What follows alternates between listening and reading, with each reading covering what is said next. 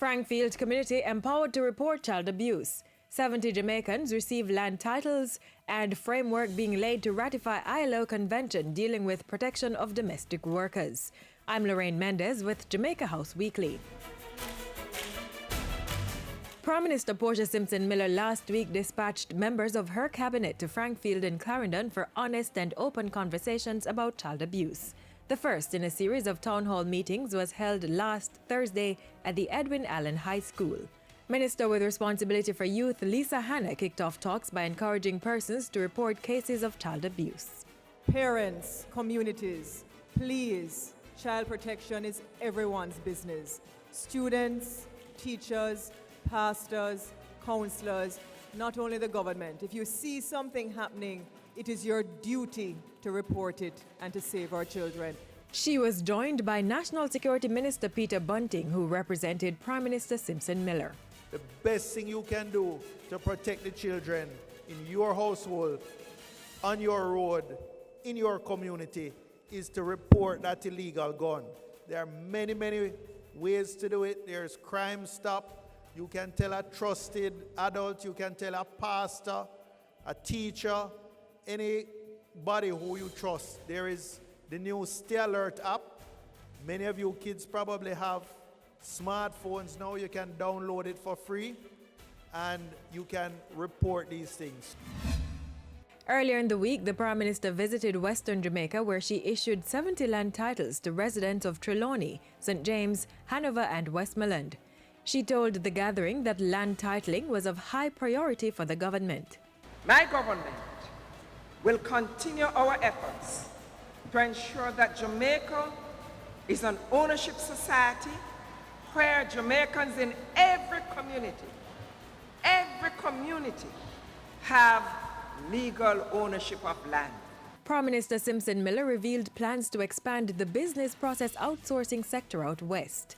This is to be done in conjunction with the private sector.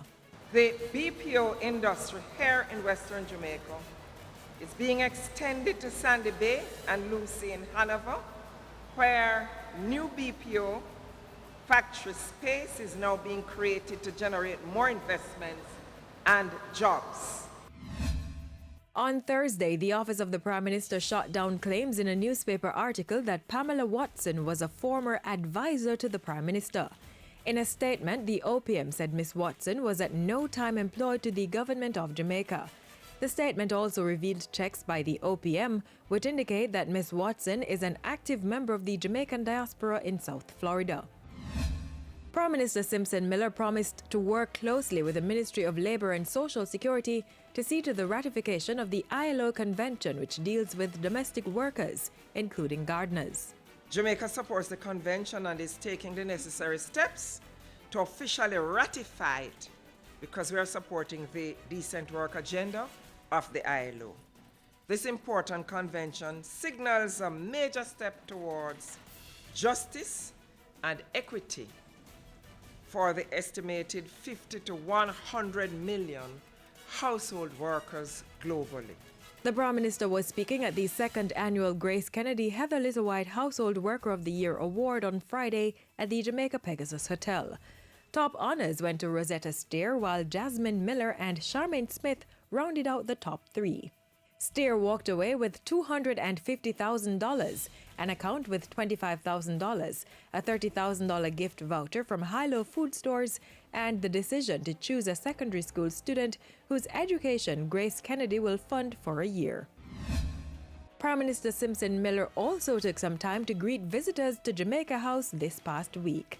On Tuesday, she said goodbye to outgoing Brazilian ambassador to the island. Mrs. Simpson Miller thanked Antonio da Costa e Silva for his tenure, during which time the country signed a visa abolishment agreement, an air services agreement, and the twinning of the city of Kingston and the city of Salvador, Brazil. And on Thursday, the Prime Minister held talks with a delegation from the Institute of Chartered Accountants. And that's it for this week's edition of Jamaica House Weekly. Join us next time for the latest stories coming out of the Office of the Prime Minister.